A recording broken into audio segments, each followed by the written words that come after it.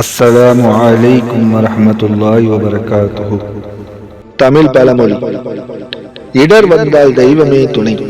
அந்த துணையின் உச்சம் நபி முஹம்மது முஸ்தபா ஸல்லல்லாஹு அலைஹி வஸல்லம் அவர்களின் ஷஃபாஅத். தமிழ் கவிதை.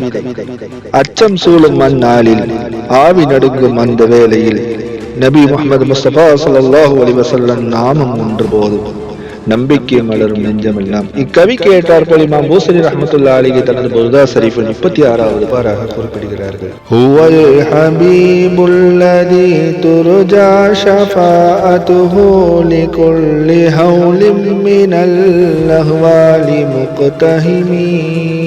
தமிழ் மொழிபெயர்ப்பு. மக்களிடையே ஏற்படும் அனைத்து வகை அமல்களில் இருந்தும் ஈடேற்றம் பெறுவதற்கான பரிந்துரை ஆவலுடன் எதிர்பார்க்கப்படும் அருமை நேசர் அன்னலார் முஹம்மது முஸ்தபா ஸல்லல்லாஹு அலைஹி வஸல்லம் அவர்கள் ஆவார்கள். கவிஞர் கூறுகிறார், இந்த உலகிலும் மறுமையிலும் மனிதன் சந்திக்கும் அச்சங்கள் எண்ணில் அடங்காதவை. கியாமத்தின் நாளில் பயமும் பதற்றமும் உச்சத்தில் இருக்கும் போது மக்கள் ஆவலுடன் எதிர்பார்ப்பது ஒரே ஒரு பரிந்துரையே.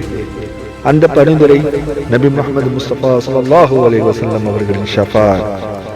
அவர்தான் அனைத்து அச்சங்களிலும் உள்ளங்களை நிம்மதியுறச் செய்யும் அல்லாஹ்வின் அருள்வழி.